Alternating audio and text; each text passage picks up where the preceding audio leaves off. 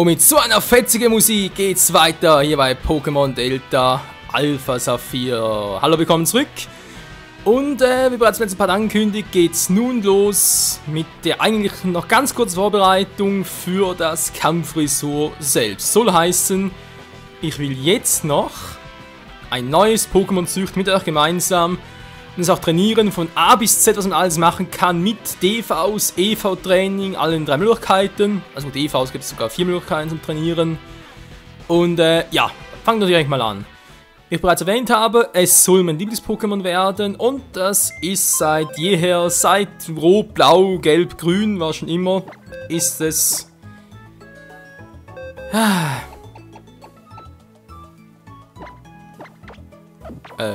so, ich will gerade den Klang hören. Naja, nicht ganz Glumanda, sondern Glurak ist mein Lieblings-Pokémon. Deswegen werden wir jetzt ein Glumanda züchten, neu züchten. Das wird per Wundertausch bekommen von Antonio. Und ja, wie ihr sehen könnt, es hat interessante Attacken drauf, so eine interessante versteckte Fähigkeit, nämlich Solarkraft und auch das Wesen kann nicht so schlecht. Aber, ja, beim Glumanda ist eben die Frage, wie trainiert man so generell, ist nur immer die Frage, wie soll man ein Pokémon eigentlich genau trainieren? Denn du hast im Prinzip immer, hallo, ist es gerade? Ah, hier, Team. Gibt es eigentlich immer ein bisschen die Variante von wegen, ja, soll man es jetzt eher physisch trainieren, speziell trainieren, ist eher im Angriff gut, Verteidigung ist eher ein Pokémon, das die Werte hochboostet, ein anderer übergibt und solche Dinge. Und so weiter und so fort. Das sind immer so die verschiedenen Fragen, wenn man so stellen kann, machen überhaupt. Genau, bei Glumanda sowieso. Sprich, mittlerweile hat der Glurak 2 Mega-Entwicklungen, nämlich Mega Glurak X und Mega Glurak Y. Beide haben ihre speziellen Fähigkeiten noch. Das eine, also Mega Glurak X ist ja eher der Typ für den physischen Angriff, weil der physische Angriff selbst stark erhöht wird. Plus Krallenwucht, sprich, wenn zum Beispiel mit Attacken, die einen direkten physischen Kontakt haben, wie zum Beispiel Drachenklaue, Flammenblitz, können auch noch verstärkt werden. Hingegen halt Erdbeben zum Beispiel nicht. Ja, also echt nur halt Attacken wie Drachenklaue und Flammenblitz, aber Erdbeben nicht. Hingegen Mega Glurak Y hätte dafür den Vorteil, dass noch Solarkraft als Fähigkeit hat und einen erhöhten Spezialangriff. Sprich, Solarkraft bedeutet, wenn ich ihm zum Beispiel Solarstrahl beibringen würde, was er auch lernen kann, dann kann ich die Attacke sofort einsetzen, weil die Sonne scheint durch Solarkraft. Quatsch, Entschuldigung, durcheinander gebracht, Solarkraft hat er ja. Der kleine Glumanda, nee, ich meine natürlich Dürre. Genau, Mega Glurak Y hat Dürre als Fähigkeit und deswegen wird die Sonne scheinen. Ich glaube, Ding hat ja auch die Fähigkeit, Groudon. Moment, wo haben wir es gerade? Genau, Dürre hat Groudon, Mega Glurak Y hat das auch und deswegen wäre halt Attacken wie Flammenwurf, Feuersturm, Hitzekohler und auch Solarstrahl ganz, ganz geil für dieses Teil. Nur ist es jetzt eben so, denkst du halt, okay, was mache ich jetzt? Entscheide ich mich für Mega Glurak X oder Y? Oder machst du gerne was ganz anderes? Man kann auch andere Kombinationen machen. Oder aber versucht man es gemixt. Auch das würde klappen. Also generell geht natürlich alles, oder? Es ist halt die Frage, wie ernst soll es eigentlich einem sein mit dem ganzen Trainieren. Das auch effizient einsetzen. Deswegen werde ich Glumanda wirklich jetzt mal speziell versuchen. Also speziell, nee, Entschuldigung. Natürlich gemixt versuchen. So, dass ich vor einem Kampf entscheiden kann, ob ich ihm einen Mega Glurak, Quatsch, natürlich einen Gluraknit X oder einen Gluraknit Y geben möchte. Dazu brauche ich noch ganz kurz diese hier, die Partitos. Jetzt muss man gucken, ich brauche vor allem die hier. Ja, genau, den und den, weil ich will halt wirklich eines züchten, was... Wobei, jetzt kann ich auch alle nehmen, wa? Eigentlich Tiefen soll es ja auch haben und so. Und auch wieder die Frage. Schwierig, Freunde, schwierig. Ja, generell ist es sowieso so, man muss halt immer überlegen, okay, jetzt habe ich halt, wie gesagt, will ich jetzt ein gemixtes Glumanda machen. Die Frage ist jetzt halt für mich, welche Attacke soll es beherrschen? Sprich, muss ich ihm noch welche per T beibringen, per weiteres Züchten, zum Beispiel in Drachentanz, über halt Dragoran oder Sidraking und solche Dinge. Und das selbst beherrscht bereits Drachenstoß, Drachenpuls und Knirsch. Ja gut, Knirsch kann ich jetzt hier nicht gebrauchen, sorry. Drachenpuls für ein physisches, für ein spezielles Mal natürlich, ja, wird gehen. Aber jetzt gegen Mix würde ich sagen, nein, weil Drachenklau ist jetzt da besser. Vor allem, weil ich mir auch EVs so geben möchte, dass es, wie gesagt, auch auf Angriff und Spezialangriff wirkt. Daher wäre jetzt hier eigentlich echt... Ja. Ne, doch, stimmt schon, irgendwie Drachenstoß, also Drachenstoß sowieso nicht. Das wäre zwar physisch eine Variante, aber bevorzugt dann doch Drachenklaue. Und Drachenpuls wäre nur für ein spezielles Mega Glurak Y, aber ganz ehrlich, wer spielt Mega Glurak Y mit Drachenpuls, generell mit einer Drachenattacke? Also es bringt nichts, du hast keinen eigenen Drachentyp, du hast keine Fähigkeit dazu und ein Drachenattacke wirkt nur gegen den Drachen selbst, also bringt nicht groß was. Da habe ich mir Folgendes überlegt, entweder, also wie gesagt, ich will es gegen Mix spielen, war, das heißt volle volle EVs auf Initiative. Und dann werde ich noch, glaube ich, 48 auf Spezialangriff geben und den Rest, das dürfen etwa 204 oder etwas sein, ne 206, auf Angriff. Wieso? Ganz einfach deswegen, weil Mega Glurak X hat ungefähr gleich viel Angriff und Spezialangriff. Mega Glurak Y hingegen hat viel mehr Spezialangriff als Angriff.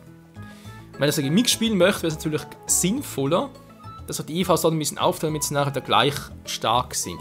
Im Gegensatz zur Initiative, weil die erhöht zwar die Mega-Entwicklung nicht. Und natürlich sowohl Wesen als auch DVs und EVs sollen hier bei der Initiative top sein. Sprich, das Wesen, was es hier gerade hat, ich glaube irgendwie hastig war.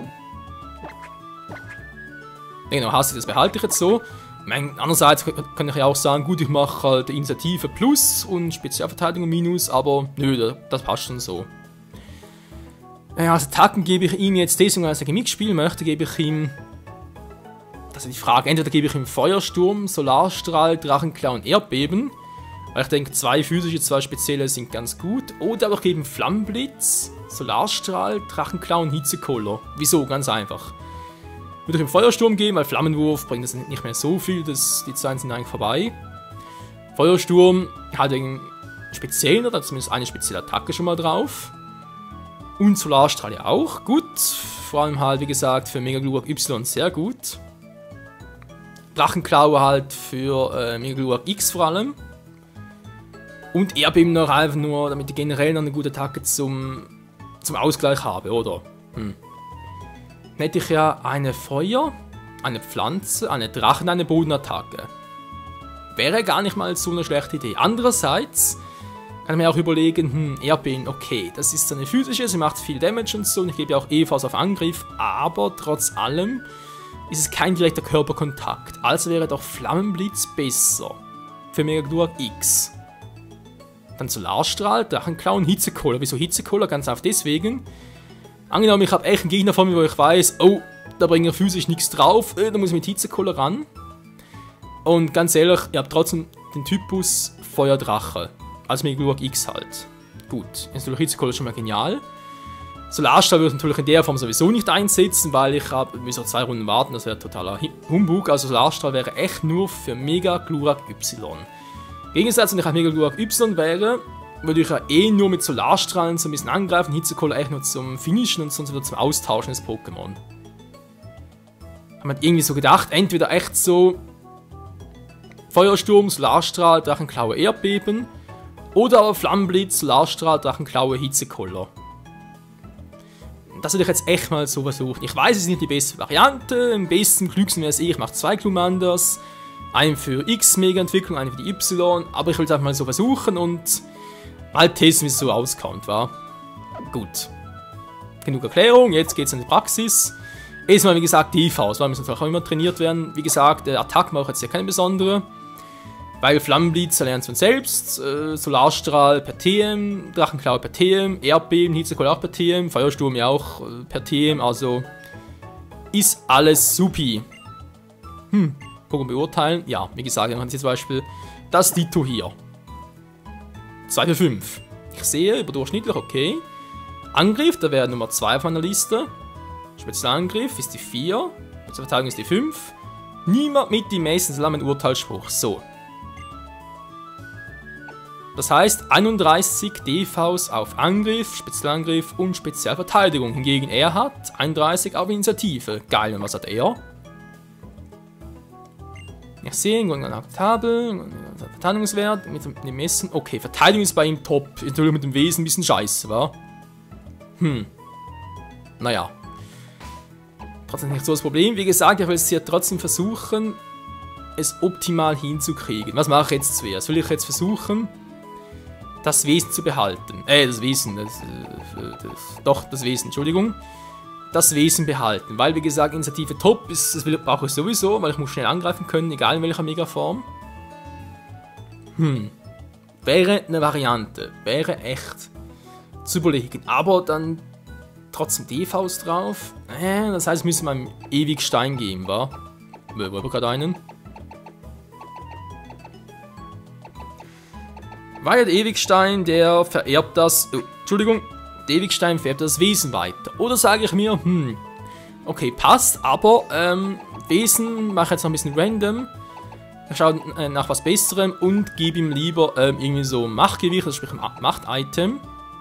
Zum Beispiel jetzt für Glumanda wäre natürlich der hier gut. Macht gut, damit ich die 31 DVs vererben kann.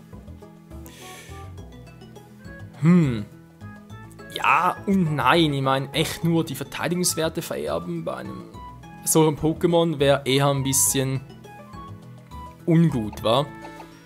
Das heißt, es doch eher so, ich gebe jetzt mal das Machtgewicht, gebe ich jetzt mal nach dem Ditto hier. Und ich will vor allem die anderen Werte noch irgendwie hoch bashen, wa? Also Macht 3 gebe ich jetzt ihm hier noch. Und Glumanda gebe ich jetzt mal den Fatumknoten.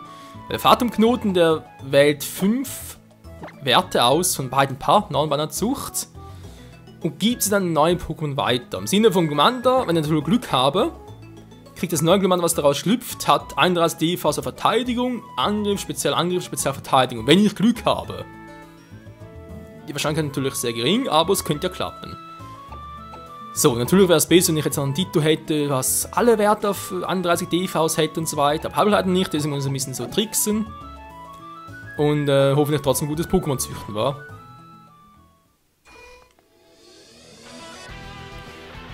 Tja, so war ich mal zum Ziel. Also mein Ziel für diesen Part ist jetzt echt, dass ich ein Glumanda züchte, was 31 DVs hat, zumindest auf KP, Angriff, Spezialangriff und Initiative.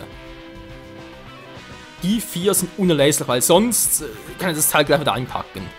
Die 4 müssen auf 31 sein, der Rest wäre schön, wenn es auch klappen würde, aber ist eher ein bisschen, naja. Kann sein, muss aber nicht passieren, deswegen, die 4 müssen nicht sein und ihr seht es ja, wir haben jetzt KP noch gar nichts so zum Züchten. Also ich bin dort auf einen Zufallswert angewiesen und das kann jetzt ein bisschen dauern. Deswegen mache ich jetzt hier noch ein paar Versuche einfach und den Rest werden wir wohl alles ein bisschen offscreen machen müssen. Wir dann wirklich das perfekte Pokémon gezüchtet haben, also perfekt, einigermaßen auch mit den gewünschten DV-Werten.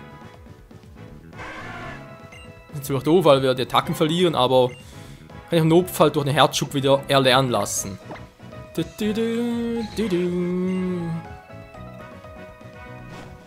So, mal gucken, wir haben jetzt noch ein spezielles Item dabei, oder? Irgendwie so.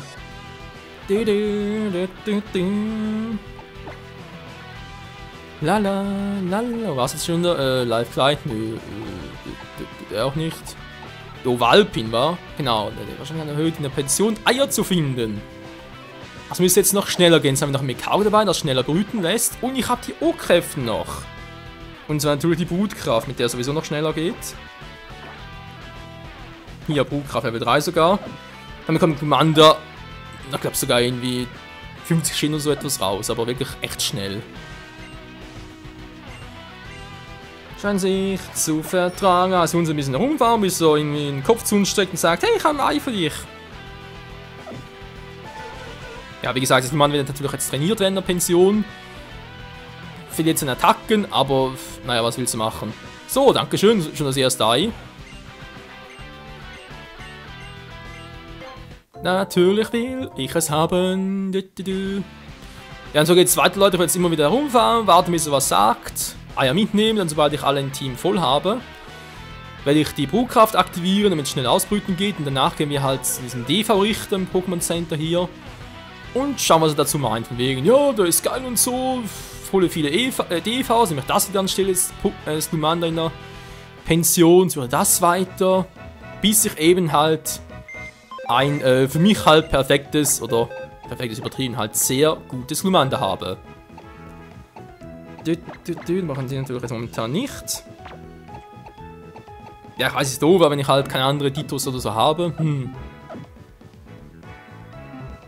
Was willst du machen? Irgendwie ein Dito züchten geht ja auch nicht mehr. Das ging, glaube ich, echt nur in den zweiten Generationen noch. Und alles andere wäre ja Cheaten, von dem her. Oder halt weiter tauschen. So, ein weiteres Ei. Jo. Dankeschön. Kümmere dich gut darum. Ja, dankeschön.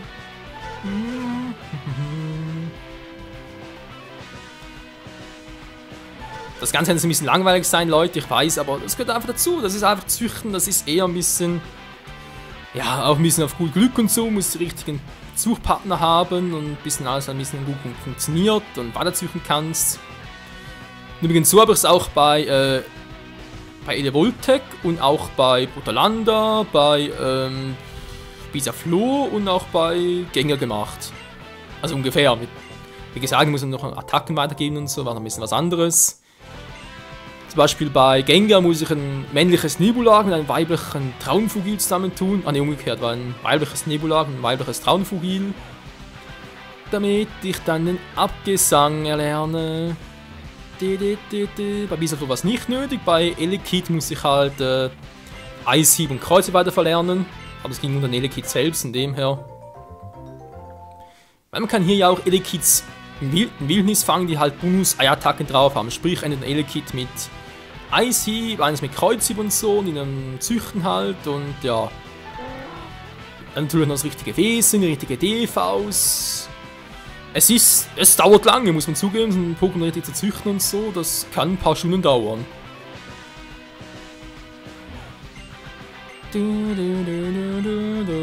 Muss noch mein Team voll sein, wa? Kümmere dich gut darum. Ich versuch's. Jo, Team ist voll. Wir haben Mekaro dabei.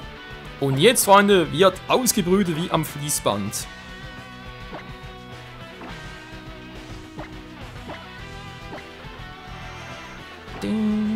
So, Level 3, das ist die höchste. Also, die Mann muss gleich ausschlüpfen. Das haben wir mal ganz kurz. Ja, Hilfe. Aber irgendwo, natürlich nicht offen, toll. Irgendwo halt eine Liste mit wie vielen, also sprich, es gibt eine Liste von Pokémon, wo draufsteht, nach wie vielen Schritten ihre Eier ausschlüpfen. Bei Glumanda sind ja Start, was glaube trotz allem insgesamt 5000. Aber ich habe Mekaro dabei, ich habe noch jetzt halt die O-Kräfte, genau, die O-Kraft. Ist trotzdem relativ schnell gehen. Trotzdem betonen die auf relativ. Ja, jetzt warte ich halt, bis ich ein Glumanda ausbrüte, was... Ja, ich würde zumindest mal sagen, zumindest mal 2 DV-Werte vererbt hat. 2 Werte, ja, 2 Statuswerte mit vollen DVs und dann nehme ich Glumanda aus der Pension aus und tu das rein und mach so weiter. Bis ich irgendeinen Glumanda habe mit Carp, also zumindest Carpe, natürlich, als ob ich eigentlich alles habe, aber das ist ein bisschen utopisch. Und Glumanda, ach, ist das nicht süß? Ach Leute, wie geil wäre jetzt ein Remake nochmal von Rot-Blau, ne, von Gelb vor allem. Ne, wobei Gelb, aber Rot-Blau nochmal so ein Remake, das wäre jetzt echt geil. Wobei, Remake. Muss das sein? Oder eine andere Variante, wenn noch irgendwie Pokémon XY Let's Play, weil da kriegt man ja auch einen Glumanda zur Auswahl.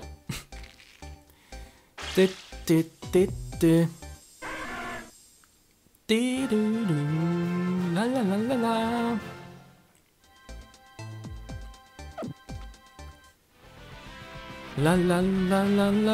Lalalala. Die U-Kraft wirkt noch. Es wirkt für 3 Minuten. Wir müssen wirklich alle am Fließband kommen. Bereits das nächste. Und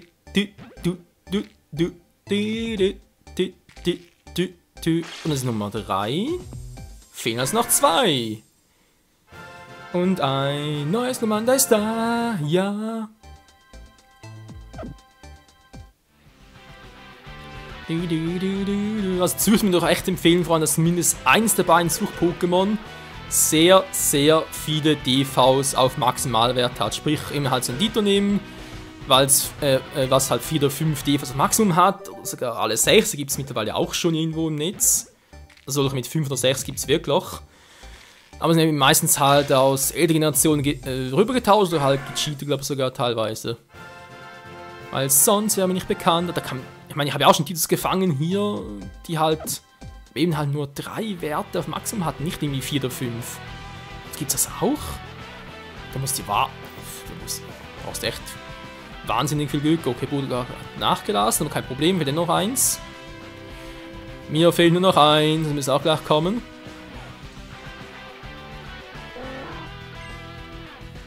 Und da haben wir auch Glumanda Nummer 5.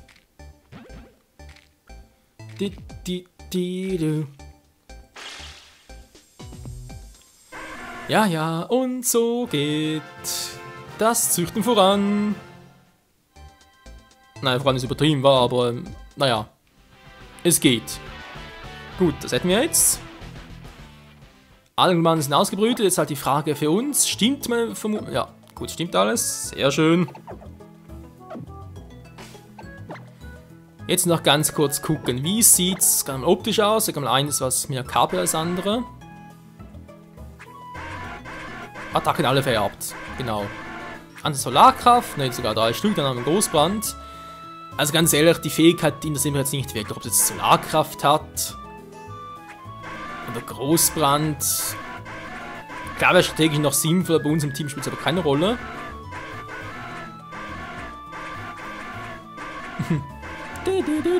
So, mal gucken. Genau, das war das. Die Werte hier, die auf den ersten Blick. Der hat mehr Verteidigung, vor allem KP ist noch gut, war. Ich glaube, der könnte noch gut sein, war der zweite. So, mal schauen, was sagst du? Was sagst du dazu? Wie sieht unser erstes Glumanda aus? Welche Werte sind top, welche sind schlecht? Gut, das heißt mittelmäßig viel. Angriffswert, nehmen die meisten, aber nur. Okay, Angriff ist bei ihm top. Das ist schon mal geil. Angriff ist bei ihm also auf 31. Gut. Bei einem Durchschnitt ist es besser. Angriffswert. Alter! What? Der hier, echt? Gut, das ist ein weibliches. Vielleicht deswegen. Frauen sind ja sowieso die stärkeren. Mittlerweile. Schon immer, keine Ahnung. Moment, nochmal ganz kurz. Wie geht das schon wieder? Angriffswert, Verteidigung, Spezial sind alle gleich hoch. Hier mit dem meisten heißt 31. Alter, wie geil. Okay, heißt Glumanda aus ja, dass wir halt dort haben und das noch in der Pension ist, kommt raus und das rein, weil ich glaube, die anderen sind nicht so hoch. Dann nur Angriff, ja, ja. Hätte ich im ersten Mal züchten. Direkt 3 auf Maximum, ist es geil. Überdurchschnittler, Angriff, Spezialverteidigung, aber nur 2, das sind doch zu wenig. Dann haben wir hier noch das Gloomy, wie sieht das aus? Überdurchschnittlich, okay, Angriff, Spezialangriff, Verteidigung, toll. Ja, jetzt haben wir 2, die... Die haben hier KP, war ein Notfall halt noch. Hat den Durchschnitt. Tank Spezialverteidigung, nehmen die Messen, okay. Der ist echt so, war der zweite und der letzte. Überdurchschnittliches Potenzial, Angriff, Spezialverteidigung, die sind top. Gut, wie gesagt, wir haben das Problem mit dem KP, weil ich habe kein Dito, was 31 DVs auf KP hat. Sprich, da muss ich nicht auf Glück züchten, denn es kann ja auch sein, dass man durch Zucht halt einen neuen Wert auf 31 bekommt, das kann auch sein. Natürlich ist die Wahrscheinlichkeit dazu ein bisschen gering, aber es kann durchaus passieren. Und ja, sonst muss ich halt gucken, muss ich noch einen Dito suchen oder halt im Notfall wirklich ist halt KP nicht auf 31, sonst irgendwie halt ein guter Wert und ich muss sonst weiter gucken. Aber sicher, also, ja, doch, also Angriff, Spezialangriff und Initiative, die müssen top sein. Hat 31 und der Rest, wenn er halt nicht ganz 31 ist, gut. Geht auch, aber wenn es geht, bitte KP noch ganz hoch, fände ich jetzt echt noch ganz geil. Jo, Freunde, das war's wieder mal für heute bei diesem Spezialpart ist übertrieben, aber für diesem Zuchtpart. Im nächsten Part geht es, wie gesagt, weiter mit EV trainieren. Das heißt, bis dahin habe ich unser Glumanda gezüchtet, was wir dann noch trainieren werden. Dann werden wir noch das Supertraining angucken und auch zwei andere Varianten, mit denen man eigentlich schneller EVs verteilen kann. Wobei, wie gesagt, es kommt drauf an. Und zwar darauf, wie viele Werte man auf einen Wert vergeben will. Tja, in diesem Sinne, danke fürs Zusehen und bis zum nächsten Mal. Zurück hier beim, Zucht, DV, EV-Training, wie dem auch sei. Bis dahin, tschüss.